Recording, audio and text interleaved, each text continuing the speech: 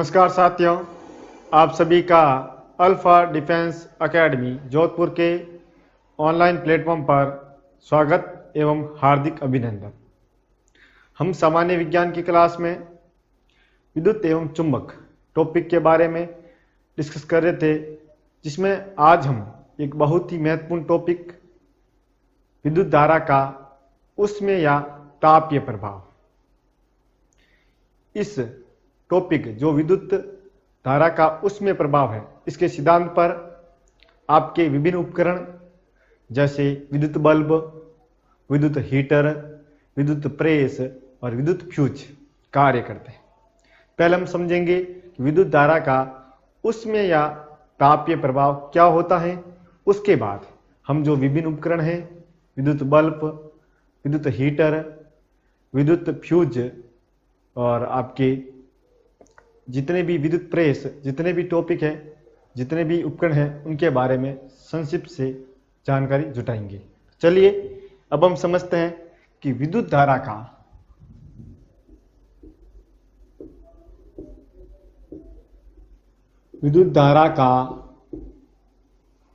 तापीय या उष्मीय प्रभाव क्या होता है।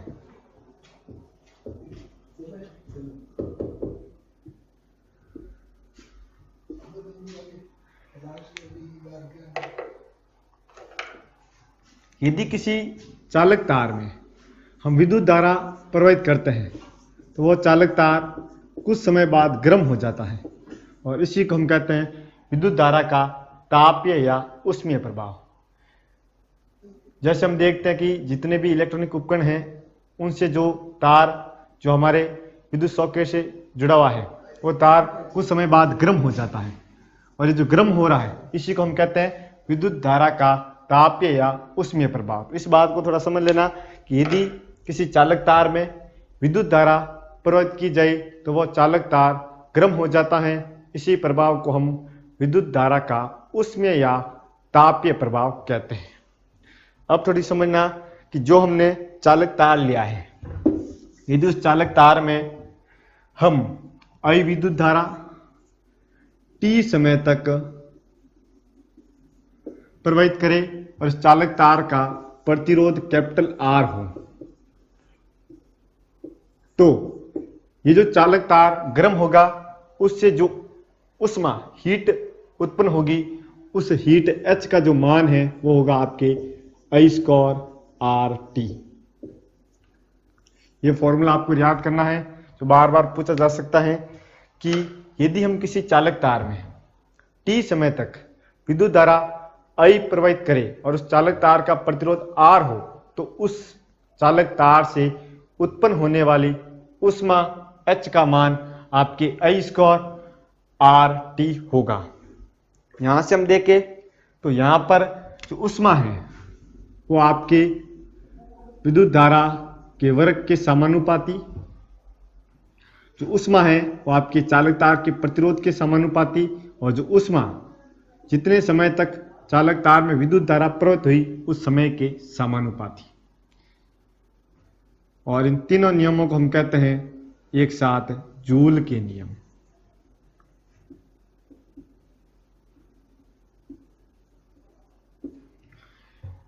ये जो फॉर्मूला आया H बराबर I स्क्वायर RT, यहां से हम देखें तो जो H है वो I स्क्वायर मतलब विद्युत धारा के वर्ग के समानुपाती, तथा आपके H है वो R के समानुपाती मतलब चालक तार के प्रतिरोध के समानुपाती, H है वो T के समानुपाती, अर्थात जितने समय तक विद्युत धारा प्रवाहित हुई है उस समय के समानुपाती होता है। और इन तीनों नियमों को हम एक साथ लिखे तो क्या बोलेंगे, जूल के नियम कहते हैं। ये बात आपको समझ में आ जानी चाहिए। अभी तक हमने क्या पढ़ा कि यदि हम किसी चालक तार में विद्युत धारा I प्रवाहित करें तो वह चालक तार कुछ समय बाद गर्म हो जाता है। ये जो प्रभाव है विद्युत धारा का उष्मीय या तापीय प्रभाव कहलाता है, और इस प्रभाव से जो उष्मा उत्पन्न होगी उसका मान होगा आपके H बराबर I स्क्वायर RT। इस फॉर्मूले से अगर हम देखें तो H आपके I स्क्वायर के समानुपाती, H आपके R के समानुपाती और H आपके T के समानुपाती, और इन तीनों को साथ हम कहेंगे जूल के नियम। अब थोड़ा हम आगे समझते हैं कि विद्युत धारा के तापीय उष्मीय प्रभाव पर कौन कौन से उपकरण कार्य करते हैं। ऐसे कौन कौन से उपकरण हैं जो विद्युत धारा, जिनमें विद्युत धारा प्रवाहित होती है और वो गर्म हो जाते हैं, और उस गर्मी से जो हम ऊष्मा प्राप्त होती है हम उसका उपयोग करते हैं। तो पहला आएगा आपके विद्युत हीटर।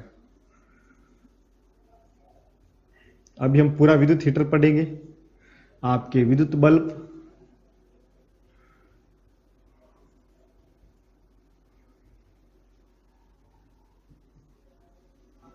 आपके विद्युत प्रेस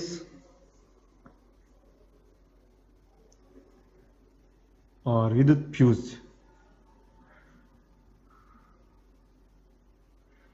बाकी आपके एक यंत्र आता है टोस्टर, जिससे ब्रेड गर्म करते हैं, वो भी विद्युत धारा के उसमें प्रभाव पर आधारित है। तो ये कुछ ऐसे उपकरण हैं जिनमें हम विद्युत धारा प्रयुक्त करते हैं, और इनमें जो भी तार होता है वो गर्म होता है और हमें ऊष्मा प्रदान करता है, उसकी सहायता से हम कुछ काम कर पाते हैं। जैसे विद्युत हीटर से हम उस ऊष्मा का उपयोग खाना बनाने में करते हैं। विद्युत बल्ब से वो ऊष्मा है प्रकाश ऊर्जा में परिवर्तित होगी और हमें प्रकाश प्रदान करेगी। विद्युत प्रेस में उस ऊष्मा का उपयोग हम कपड़ों पर प्रेस करने के लिए करते हैं। विद्युत फ्यूज ऐसा एक उपकरण है, ऐसा मतलब एक युक्ति है जो अगर किसी परिपथ में शॉर्ट सर्किट हो जाए तो इस युक्ति द्वारा शॉर्ट सर्किट से बचा जा सकता है, पूरा पढ़ेंगे। और टोस्टर, जिससे हम ब्रेड सेकते हैं, उसको गर्म करते हैं। तो यहाँ तक आपको समझ में आना चाहिए। यहाँ तक अगर आप नोट कर लो, और उसके आगे हम विद्युत हीटर के बारे में थोड़ा पढ़ेंगे।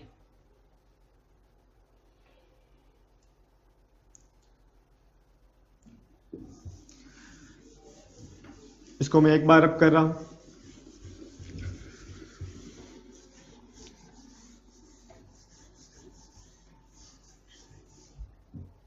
तो हम अभी विद्युत हीटर के बारे में पढ़ेंगे। या पहले आप विद्युत बल्ब के बारे में पढ़ लो, कोई बात नहीं, पहले विद्युत बल्ब के बारे में पढ़ लो। ये विद्युत बल्ब भी आपके विद्युत धारा के ऊष्मीय या तापीय प्रभाव पर कार्य करता है। विद्युत बल्ब ऐसी इसकी स्ट्रक्चर होगी।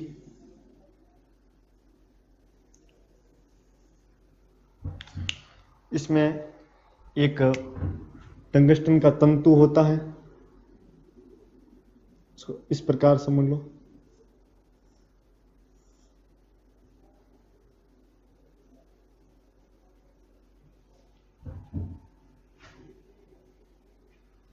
विद्युत बल्ब में जो तंतु होता है वो किसका बना होता है भाई? टंगस्टन का। जो तंतु है वो किसका होता है? टंगस्टन। और टंगस्टन का प्रतीक W होता है, जिसके लैटिन नाम वोलोरम से आया है। इस बात को समझना है कि विद्युत बल्ब में जो तंतु फिलामेंट होता है वो किस धातु का बना होता है? तो टंगस्टन का बना होता है, और टंगस्टन का प्रतीक W होता है, और जो इसके लैटिन नाम वोलोरम से आया है। टंगस्टन का ही प्रयोग क्यों करते हैं? क्योंकि इसका जो गलनांक है वो बहुत ही अधिक होता है। इसका जो गलनांक है वो बहुत ही अधिक होता है। इसका जो गलनांक है वो बहुत ही अधिक होता है। कितना होता है भाई? टंगस्टन का गलनांक, इसका जो गलनांक है वो 3380 डिग्री सेल्सियस होता है, या हम लगभग बोले 3500 के आसपास। अगर कहीं पे करेक्ट वैल्यू नहीं दे रखी है, ऑप्शन में 3500 मिले तो भी सही करना। तो अब आपको बात समझ में आ गई कि जो बल्ब के अंदर जो फिलामेंट तंतु होता है वो टंगस्टन धातु का बना होता है, क्योंकि टंगस्टन का गलनांक बहुत ही ज्यादा होता है, 3380 डिग्री सेंटीग्रेड के पास। इसका मतलब ये कितना ही गर्म होगा तो ये पिघलेगा नहीं, इसका गलनांक बहुत ही ज्यादा है। ये बात को थोड़ा समझना, और थोड़ा ध्यान रखना कि इसके अंदर जो गैस से भरी जाती है वो कौन कौन सी भरी जाती है। बल्ब के अंदर जो वायु होती है, वायु को पहले निकाला जाता है, और उसके स्थान पर हम क्या भर देते हैं? उसके स्थान पर हम आपके नाइट्रोजन या आर्गन गैस से भरी जाती है।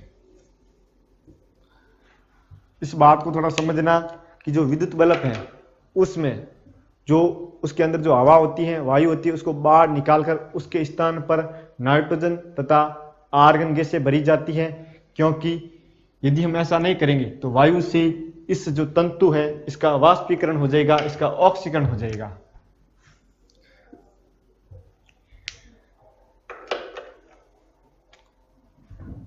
ये जो इसका जो तंतु है इसका क्या हो जाएगा, ऑक्सीकरण,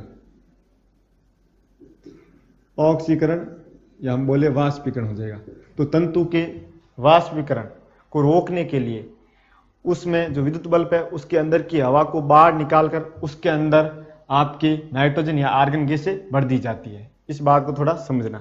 आगे हम और इसके बारे में पढ़ रहे हैं कि इस तंतु का ताप कितना डिग्री सेंटीग्रेड होगा, इस तंतु का जो ताप है वो कितना डिग्री सेंटीग्रेड होगा, तब ये गर्म होकर हमें प्रकाश ऊर्जा का प्रदान करेगा। तो कितना होगा भाई, 1500 डिग्री सेल्सियस। जब इस तंतु का ताप 1500 डिग्री सेल्सियस से अधिक हो जाएगा तो ये गर्म होकर हमें प्रकाश ऊर्जा प्रदान करेगा। ये बात को थोड़ा समझना। और ये पूछ ले कि विद्युत बल्ब की खोज किसने की, तो थॉमस एडिसन एल्वा ने। विद्युत बल्ब की जो खोज है वो किसने की, खोज की आपके थॉमस एडिसन एल्वा। तो ये हमने कुछ बातें विद्युत बल्ब के बारे में पढ़ी कि विद्युत बल्ब में जो तंतु या फिलामेंट होता है वो आपके टंगस्टन धातु का बना होता है, क्योंकि टंगस्टन का गलनांक बहुत ही ज़्यादा 3380 डिग्री सेंटीग्रेड लगभग 3500 के आसपास होता है। और साथ में ये पढ़ा कि इस तंतु के वाष्पीकरण को रोकने के लिए बल्ब के अंदर की जो वायु है उसको बाहर निकालकर उसके स्थान पर हम नाइट्रोजन या आर्गन गैसें भरते हैं। फिर हमने पढ़ा कि इस तंतु का जब टेम्परेचर 1500 डिग्री सेंटीग्रेड से अधिक हो जाएगा तो ये तंतु हमें गर्म होकर प्रकाश ऊर्जा प्रदान करेगा। और साथ में ये भी ध्यान रखना कि विद्युत बल्ब की खोज किसने की, थॉमस एडिसन एल्वा ने की। तो ये हमने कुछ विद्युत बल्ब पढ़ा। कुछ और नाम हम सुनते हैं, एक तो सीएपल, सीएपल इसका फुल फॉर्म होता है compact fluorescent lamp.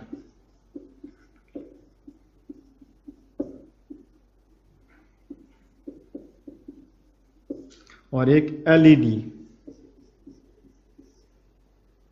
Light emitting diode.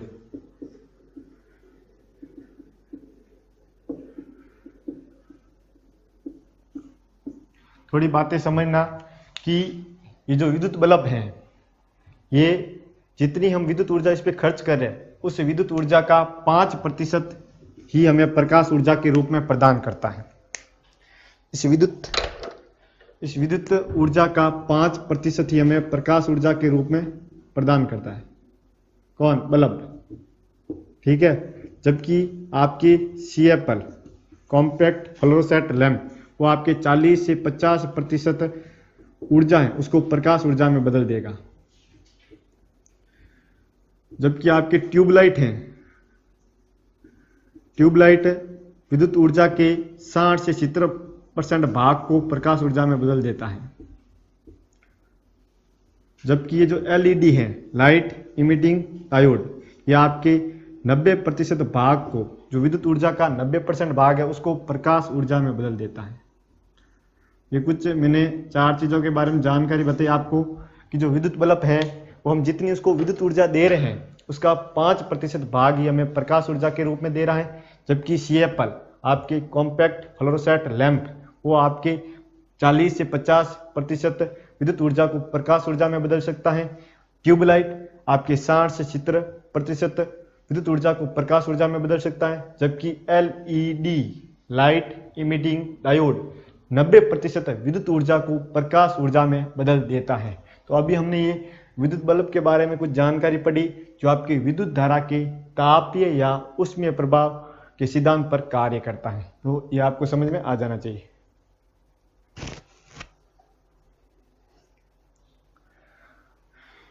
तो एक बार आप इसको नोट कर ले, इसका स्क्रीनशॉट ले ले, उसके बाद हम आगे बढ़ते हैं।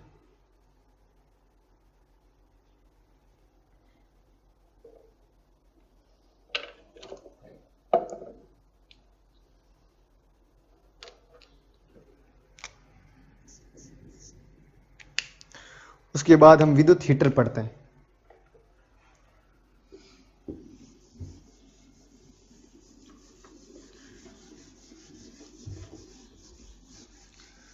एग्जाम में सीएफएल का फुल फॉर्म आ सकता है, एलईडी का फुल फॉर्म आ सकता है। इसको दोनों को ध्यान रखना, CFL कॉम्पैक्ट फ्लोरोसेंट लैंप और LED लाइट इमिटिंग डायोड।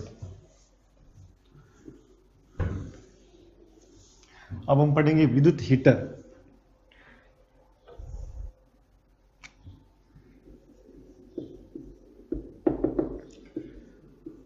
विद्युत हीटर में क्या होता है, जब हम उसमें विद्युत धारा प्रवाहित करते हैं, उसमें जो तारों का जो कुंडली होती है वो गर्म होती है और हमें उष्मा देती है, और उस उष्मा का उपयोग करके हम खाना पकाते हैं। इसकी जो स्ट्रक्चर है कुछ इस प्रकार होगी।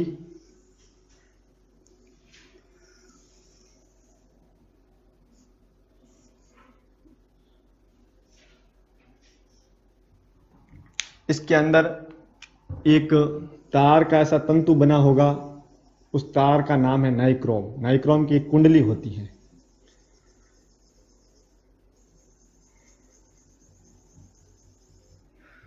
तो विद्युत हीटर के अंदर जो तार का तंतु होता है वो आपके नाइक्रोम का बना होता है, और नाइक्रोम एक प्रकार की क्या मिश्र धातु, किसकी मिश्र धातु है, निकल प्लस क्रोमियम की। ये क्वेश्चन बार बार पूछा जाता है कि जो विद्युत बल्ब के अंदर जो तंतु बना होता है, तारों का गुच्छा, वो किसका बना होता है, नाइक्रोम मिश्र धातु का बना होता है, और नाइक्रोम आपके निकल प्लस क्रोमियम की मिश्र धातु है। इस बात को थोड़ा याद रखना। और जो नाइक्रोम मिश्र धातु है इसका गलनांक भी उच्च है, और इसका विशिष्ट प्रतिरोध भी क्या है, उच्च है।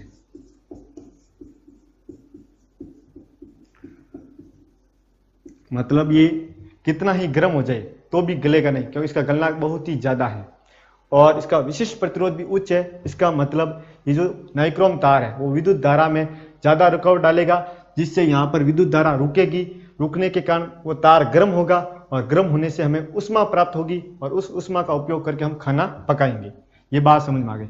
और इसके चारों ओर का जो ढांचा बना होता है वो बना होता है CaSO4 प्लास्टर ऑफ पेरिस का। जो हीटर के बाहर वाला जो ढांचा बना होता है वो किसका बना होता है, प्लास्टर ऑफ पेरिस का।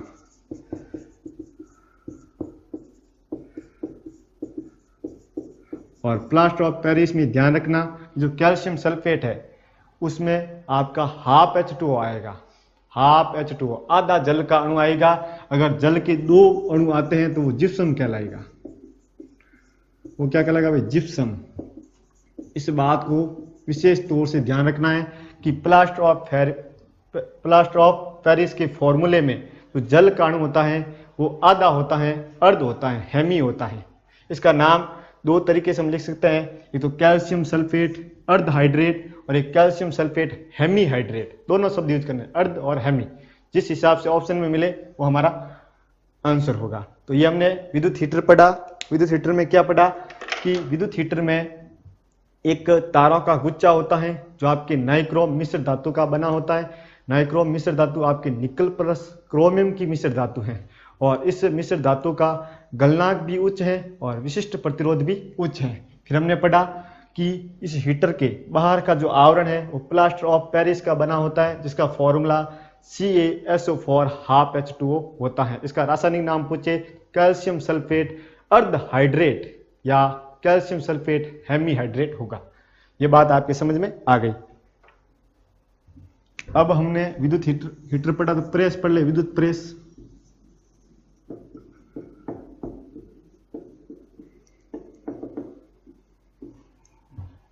विद्युत प्रेस भी विद्युत धारा के उष्मीय या तापीय प्रभाव के सिद्धांत पर कार्य करती है। जब हम उसमें विद्युत धारा प्रवाहित करते हैं, उसकी जो एक प्लेट होती है, अब्रक की प्लेट, वो गर्म होती है और हमें उष्मा प्रदान करती है, और उस उष्मा का उपयोग करके हम कपड़ों पर प्रेस करते हैं या इस्त्री करते हैं। इसकी जो स्ट्रक्चर है वो कैसी होगी, मैं बना रहा हूं।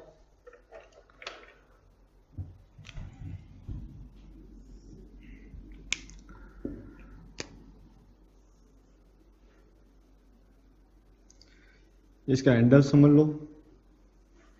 यहां पर एक प्लेट होगी, ठीक है। ये प्लेट किसकी होगी भाई, अब्रक की प्लेट होगी। ये जो प्लेट है वो अब्रक की प्लेट होगी।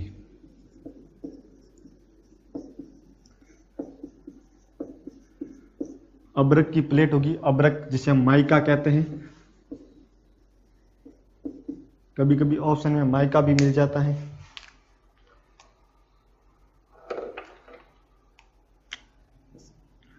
और इस अब्रक की प्लेट के ऊपर एक तारों का गुच्छा होगा, और ये तारों का गुच्छा किसका होगा भाई? नाइक्रोम का ही होगा, जो आपके हीटर में थे।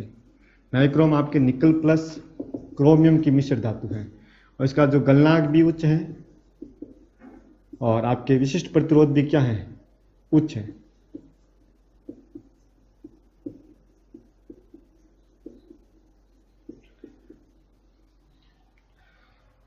और विशेष तौर से ध्यान रखना कि जो अब्रक की प्लेट है वो आपकी ऊष्मा का तो सूचालक होता है, ऊष्मा का सूचालक होता है, परंतु विद्युत का कुचालक होता है। यही मेन बात है समझने वाली, विद्युत का कुचालक होता है। इतना समझने के बाद थोड़ा समझिए इसमें इसकी स्ट्रक्चर कैसी है।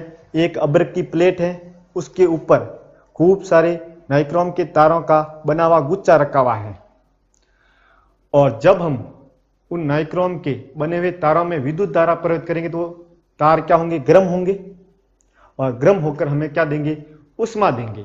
और वो वाली ऊष्मा कौन ग्रहण करेगी? ये अब्रक की प्लेट ग्रहण करेगी, जो ऊष्मा का तो सूचालक होता है, मतलब उसमें ऊष्मा वो गर्म तो हो जाएगी, लेकिन विद्युत का कुचालक होता है, मतलब उसमें करंट नहीं आएगा। जो नीचे अब्रक की प्लेट होगी उसमें करंट तो नहीं आएगी, लेकिन वो गर्म होगी, क्योंकि अब्रक आपकी ऊष्मा का सूचालक तथा विद्युत का कुचालक होता है। और ऊपर अब थोड़ा समझना, ये जो नाइक्रोम का तार है इसके कारण कुछ गर्मी ऊपर भी जाएगी, सीधी सी बात है। हम कोई भी गुच्छा रखे और वो गर्म हो रहा तो कुछ गर्मी नीचे आएगी, कुछ ऊपर जाएगी।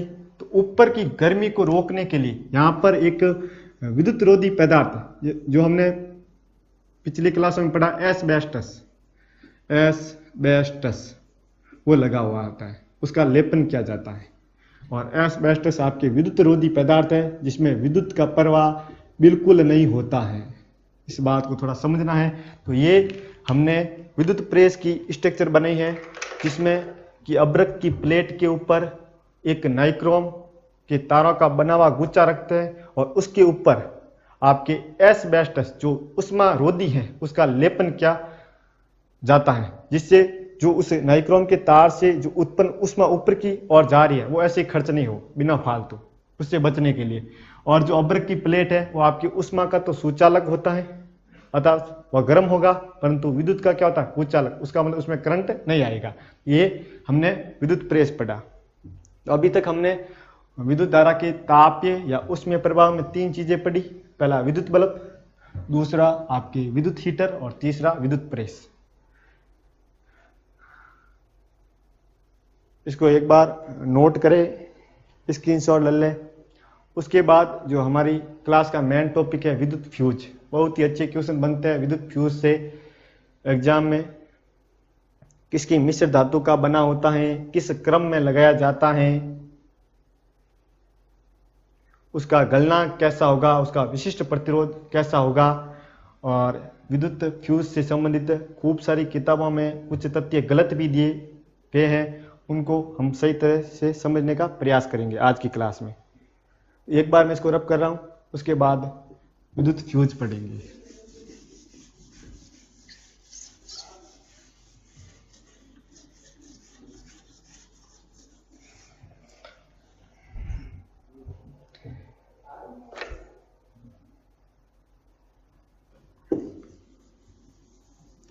विद्युत फ्यूज,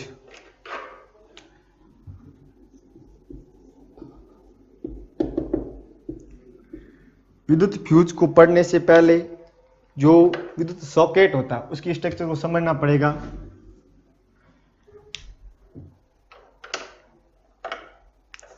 विद्युत सॉकेट की संरचना कुछ इस प्रकार होती है।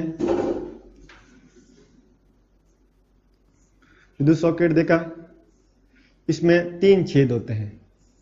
ऐसे पिन के हिसाब से कभी कभार 5 छेद भी दिए जाते हैं, लेकिन मेन काम के 3 छेद है।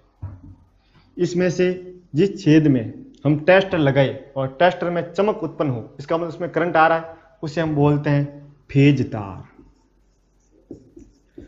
और हिंदी में बोलते हैं विद्युतमय तार।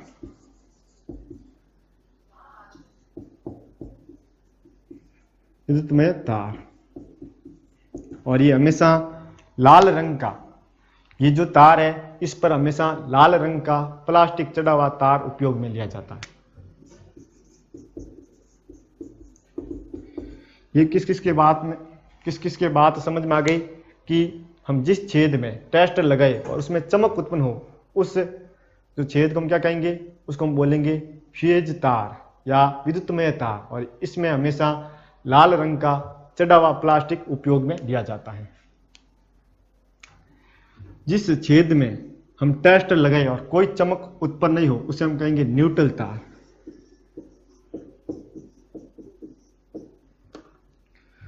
हिंदी में इसको बोलते हैं उदासीन तार।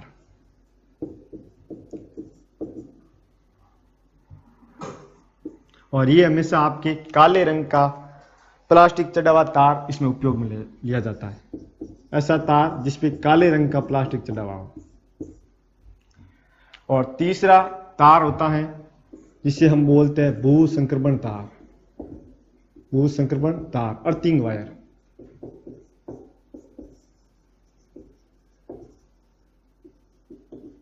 और इस पर हमेशा हरे रंग का प्लास्टिक चढ़ा हुआ तार उपयोग में लिया जाता है। इस बात को थोड़ा समझना कि जो विद्युत सॉकेट है उसकी संरचना इस प्रकार होती है, उसमें 3 छेद होते हैं। जिस छेद में अगर हम टेस्टर लगाए तो चमक उत्पन्न हो उसको हम कहेंगे फेज तार, आपके विद्युतमय तार। और इस पर हमेशा लाल रंग का चढ़ा हुआ प्लास्टिक का जो तार है वो यूज लेते हैं।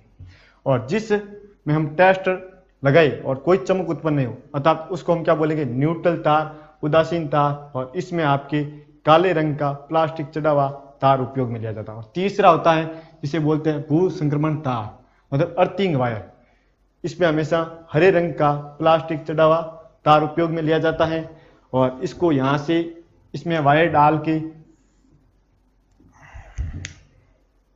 इसमें हरे रंग का जो वायर है इससे कनेक्ट करके तांबे की छड़ को इससे ऐड करके आपके भूमि के अंदर दबा दिया जाता है। इस प्रक्रिया को बोलते हैं भू संक्रमण, भू संपर्कण, अर्थिंग। जिससे यदि कभी कभार शॉर्ट सर्किट हो जाए, पीछे से अधिक मान की धारा आ जाए, तो वो पूरी कहाँ चली जाएगी, अर्थ में चली जाएगी, प्रति में चली जाएगी, जिससे शॉर्ट सर्किट से बचा जा सकता है। तो ये तो विद्युत सॉकेट की संरचना थी। अब हम समझते हैं कि एक हमने शब्द सुना है शॉर्ट सर्किट, लघु पतन, जिसे हिंदी में बोला जाता है लघु पतन।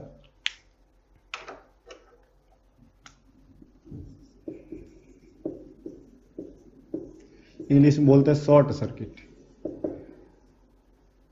शॉर्ट सर्किट, ऐसा लिख दो शॉर्ट सर्किट, या ऐसे सर्किट की होगी ना मैंने, शॉर्ट सर्किट। ये क्या होता है, यदि किसी कारणवश आपके फेज तार और आपके उदासीन तार एक दूसरे के संपर्क में आ जाए, एक दूसरे को टच कर दे, तो परिपथ में अत्यधिक मान की धारा बहने लगती है, जिससे परिपथ जल सकता है और पूरे परिपथ में अग्नि दुर्घटना हो सकती है। इसको हम कहते हैं आपके लघु पतन, शॉर्ट सर्किट। चाहे आपके जो तार हैं, फेज तार, न्यूट्रल तार, इसके ऊपर का प्लास्टिक हट जाए तभी वो एक दूसरे टच कर सकते हैं, या कभी कभार पीछे से अत्यधिक वोल्टेज की धारा आ जाती है, जिससे इनके ऊपर लगा हुआ प्लास्टिक गर्म हो जाता है, पिघल जाता है, जिससे एक दूसरे के संपर्क कर सकते हैं। तो भी अगर ये एक दूसरे को टच करे तो परिपथ में अत्यधिक मान की धारा बहने लगती है, जिससे आपके परिपथ जल सकता है और उसमें अग्नि दुर्घटना हो सकती है। इसे हम क्या कहते हैं, लघु पतन, शॉर्ट सर्किट कहते हैं।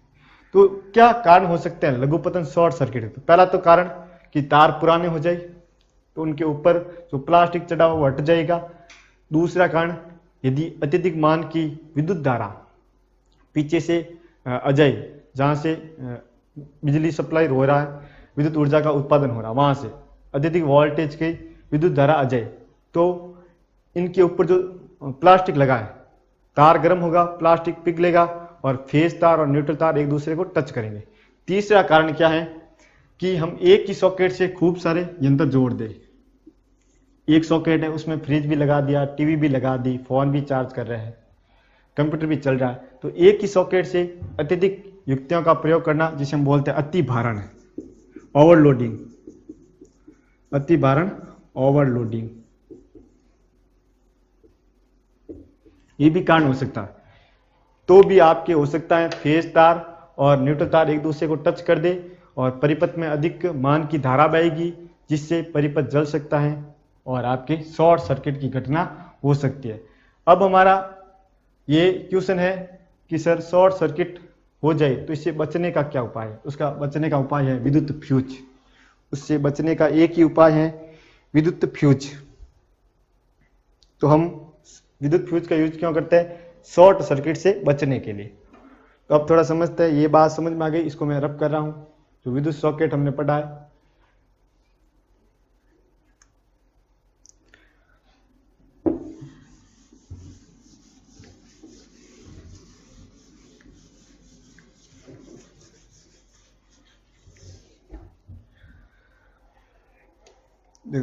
विद्युत फ्यूज क्या होगा? शॉर्ट सर्किट से बचने के लिए परिपथ के श्रेणी क्रम में एक ऐसी युक्ति लगाई जाती है जिसका गलनांक बहुत ही कम, जिसका विशिष्ट प्रतिरोध बहुत ही ज्यादा हो। उस युक्ति को हम क्या कहेंगे? उस युक्ति को हम कहेंगे विद्युत फ्यूज। थोड़ा समझना, जैसे ये हमारा परिपथ है, यहाँ पर बल्ब लगा हुआ है, यहाँ पर पंखा लगा हुआ है, यहाँ पर मीटर है, छोटा सा विद्युत परिपथ बना है। तो एक बात ध्यान रखना कि विद्युत फ्यूज हमेशा श्रेणी क्रम में लगाएंगे। क्यों? क्योंकि वहां से जहां से विद्युत फ्यूज टूटेगा उससे आगे का पूरा कनेक्शन बंद होना चाहिए, इस कारण। तो विद्युत फ्यूज को हमेशा किस क्रम लगाते हैं? श्रेणी क्रम लगाते हैं। इस बात को थोड़ा समझना। और विद्युत फ्यूज हमें क्या करना है? जो भी हम तार यूज कर रहे हैं, यदि थोड़ा सा उसके साइड वाले वायर गर्म हो जाए तो गर्म होते ही ये जो विद्युत फ्यूज का तार है वो पिघलना चाहिए। इसका मतलब इसका गलनांक बहुत ही कम होना चाहिए। इस बात को आपको समझना है कि हमें यदि ये जो तार है, साइड वाले तार, जो परिपथ के तार, ये थोड़े से ही गर्म हो जाए तो उस स्थिति में हमारा विद्युत फ्यूज पिघल जाना चाहिए। इसका मतलब इसका गलनांक बहुत ही कम होता है। गलनांक क्या होता है? निम्न होता है। गलनांक क्या होता है? निम्न होता है।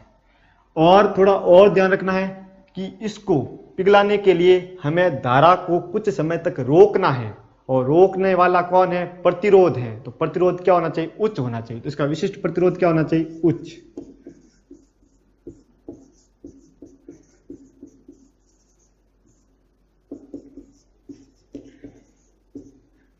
अब आपको बात समझ में आ गई होगी कि परिपथ के श्रेणी क्रम में एक ऐसी युक्ति लगाई जाती है जिसका गलनांक निम्न तथा प्रतिरोध है, विशिष्ट प्रतिरोध है, वो उच्च होता है। उस युक्ति को हम क्या कहते हैं? विद्युत फ्यूज कहते हैं।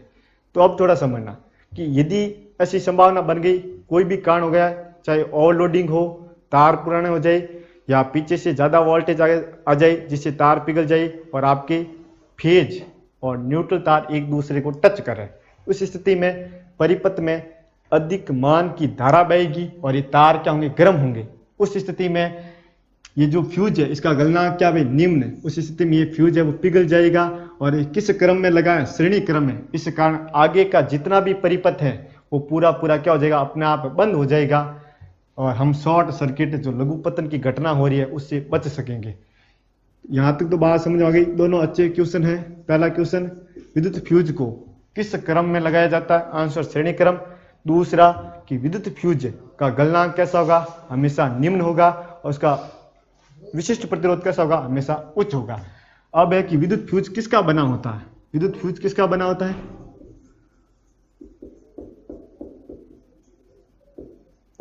विद्युत फ्यूज किस मिश्र धातु का? तो उसका नाम है आपके SN+Pb, tin plus lead. Tin plus lead, जिसे हम सोल्डर या टांका मिश्र धातु भी कहते हैं। सोल्डर या टांका मिश्र धातु भी कहते हैं, उसका बना होता है। और इसमें आपके टिन 63% होगा और लेड 37% होगा। कभी कभार एग्जाम में ये परसेंटेज भी पूछा जाता है कि जो विद्युत फ्यूज है वो आपके एसन टिन तथा लेड पीबी मिश्र धातु का बना होता है, जिसे हम सोल्डर या टांका मिश्र धातु भी कहते हैं। इसमें लेड कितना है और आपके टिन कितना है? टिन कितना भाई 63% और लेड कितना है 37%। इस बात को थोड़ा ध्यान रखना। तो ये हमने विद्युत फ्यूज पढ़ा। विद्युत फ्यूज क्या है? एक ऐसी युक्ति जिसको परिपथ के श्रेणी क्रम में लगाया जाता है, जिसका गलनांक निम्न तथा विशिष्ट प्रतिरोध उच्च होता है, और जब भी परिपथ में अधिक मान की धारा प्रवृत्त होगी तो विद्युत फ्यूज पिघल जाएगा और आगे का पूरा परिपथ श्रेणी क्रम है, इसका पूरा परिपथ बंद हो जाएगा। और अच्छे क्वेश्चन पूछे तो किस मिश्र धातु का बना होगा? तो आपका आंसर होगा tin plus lead, Sn plus Pb का बना होता है। कितना परसेंटेज है? 63 प्लस 37%। तो ये हमने विद्युत फ्यूज पढ़ा, और विद्युत फ्यूज भी आपके विद्युत धारा के तापीय या उष्मीय प्रभाव पर आधारित है। तो आज की क्लास में हमने बहुत ही महत्वपूर्ण टॉपिक है विद्युत धारा का उष्मीय या तापीय प्रभाव के बारे में पढ़ा। इसमें हमने 4 चीजें पढ़ी: विद्युत बल्ब, विद्युत हीटर, विद्युत प्रेस और विद्युत फ्यूज। 4 ऐसी चीजें जिनमें प्रत्येक प्रतियोगी परीक्षाओं में इनसे संबंधित कोई छोटा मोटा क्वेश्चन आता रहता है, और विद्युत फ्यूज के बारे में प्रत्येक एग्जाम में क्वेश्चन पूछा गया है। जो किताबों में गलत दिया गया है, किताबों में वो बोल रहा है गलनांक भी उच्च होगा, विशिष्ट प्रतिरोध भी उच्च होगा, वो गलत बोल रहा है। इसका गलनांक हमें क्या चाहिए? निम्न, क्योंकि हमें उसे पिघलाना है। और विशिष्ट प्रतिरोध क्या होना चाहिए? उच्च, क्योंकि हमें धारा को कुछ समय तक उस फ्यूज के पास रोकना है। इसका सही उत्तर होगा उच्च विशिष्ट प्रतिरोध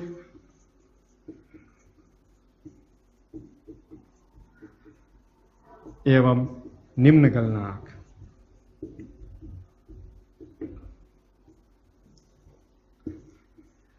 तो आज की क्लास में इतना ही। आगे की क्लासों में हम और विद्युत के कुछ टॉपिक के बारे में डिस्कस करेंगे। अगर आपको सामान्य विज्ञान या जो अल्फा डिफेंस एकेडमी जितनी भी क्लासें आयोजित करवा रही हैं, चाहे सामान्य ज्ञान की हो, जीके की हो, मैथ्स हो, रीजनिंग हो, वो क्लासें आपको पसंद आ रही हैं तो अल्फा डिफेंस एकेडमी के यूट्यूब चैनल को सब्सक्राइब करें, और जितने भी वीडियो हैं उनको लाइक कमेंट करें, ताकि हम एक नई ऊर्जा के साथ शिक्षा के क्षेत्र में, डिफेंस के क्षेत्र में कार्य कर सके। और आज के लिए इतना ही। जय हिंद, जय भारत।